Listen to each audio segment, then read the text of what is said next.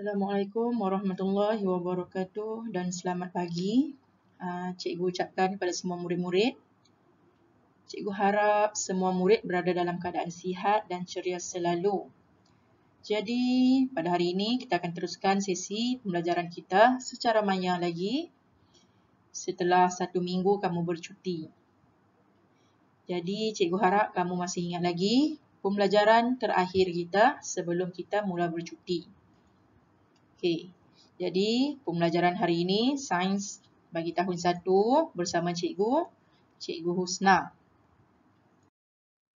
Okey, kita tengok topik pembelajaran kita pada pagi ini adalah berkenaan dengan kepentingan bahagian tubuh haiwan.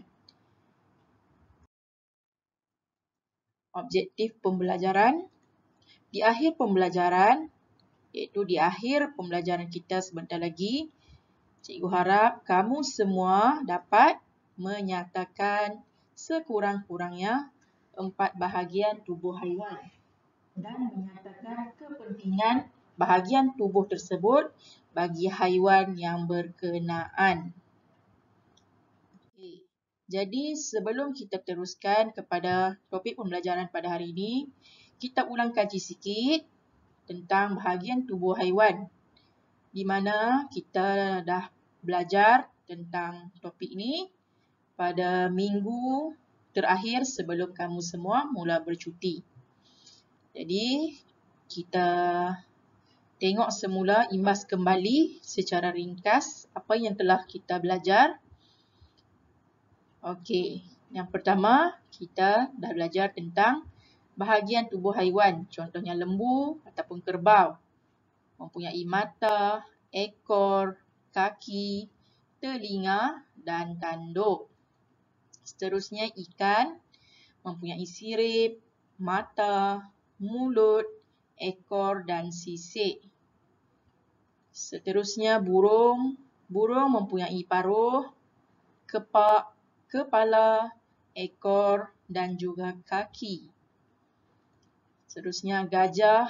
Gajah juga mempunyai kepala, telinga, ekor, perut, kaki, belalai dan juga gading. Okay, seterusnya siput babi mempunyai cengkerang dan juga sesungut.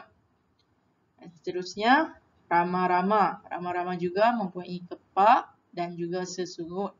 Okay, yang ini merupakan contoh secara ringkas untuk kita ingat kembali ataupun imbas kembali pembelajaran kita pada minggu lepas, di mana kita semua dah belajar tentang bahagian tubuh haiwan. Okey, bagus.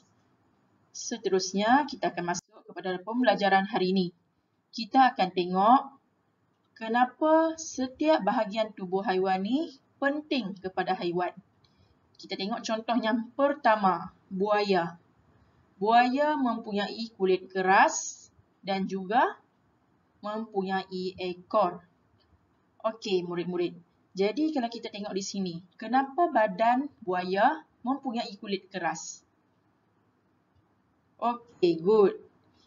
Buaya mempunyai kulit keras di bahagian badan bertujuan untuk mempertahankan diri daripada serangan musuh. Maksudnya di sini bila kulit dia keras, yang ini akan melindungi badan dia daripada cedera, luka dan sebagainya. Buaya juga mempunyai ekor. Ekor ni penting untuk membolehkan buaya berenang di dalam air dan memandu arah ke bahagian mana? Ke bawah, ke atas, ke kiri ataupun ke kanan untuk buaya ni berenang. Seterusnya, kita tengok. Okey, tadi kita dah tengok ekor buaya, kita dah tengok kulit keras. Kemudian kita akan tengok, okey, kaki selaput renang. Haiwan yang mempunyai kaki selaput renang ni contohnya apa murid-murid? Okey, contohnya buaya, katak, itik. Yang tu contoh-contoh haiwan yang mempunyai kaki selaput renang. Kenapa kaki selaput renang ni penting? Kenapa haiwan-haiwan ni mempunyai kaki selaput renang. Okey, kaki selaput renang yang terdapat pada haiwan-haiwan ini bertujuan untuk membolehkan haiwan-haiwan ini berenang. Okey, seterusnya kita tengok ikan. Ikan mempunyai sirip, sisik, ekor, mulut dan juga mata.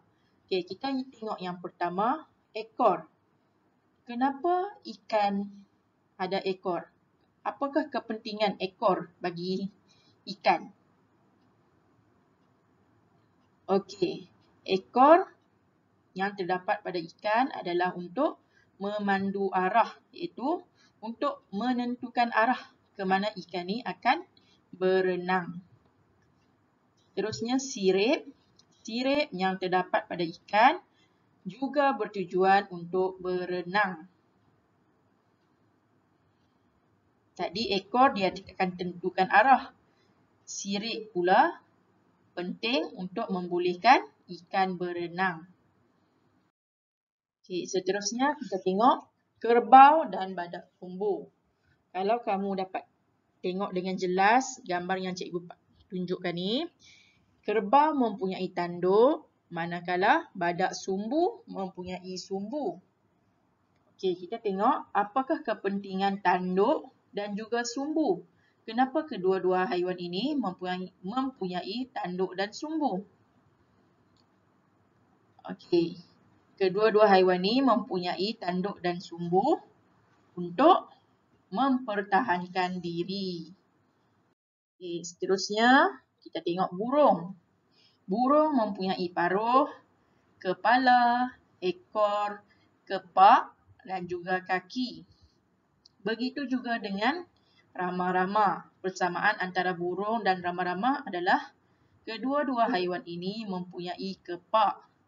Jadi murid-murid, kenapa kepak ni penting kepada haiwan seperti burung dan rama-rama? Okey, bagus. Kepak bertujuan untuk membolehkan haiwan terbang. Sekira kedua-dua haiwan ini tidak mempunyai kepak, haiwan-haiwan ini secara automatiknya tak dapat terbang. Okey, jadi cikgu harap kamu dapat fahamlah kenapa setiap bahagian tubuh haiwan ni penting. Setiap tubuh haiwan ni amat penting kepada haiwan untuk membolehkan haiwan-haiwan ini berenang, terbang, melindungi diri daripada musuh dan juga mempertahankan diri. Jadi, yang cikgu harap semua murid dapat ingat dan faham. Selepas kelas ini, cikgu akan masukkan tugasan pada hari ini dan murid-murid boleh siapkan dan terus hantar kepada cikgu. Jadi, terima kasih untuk perhatian dan murid yang terlibat pada pagi ini.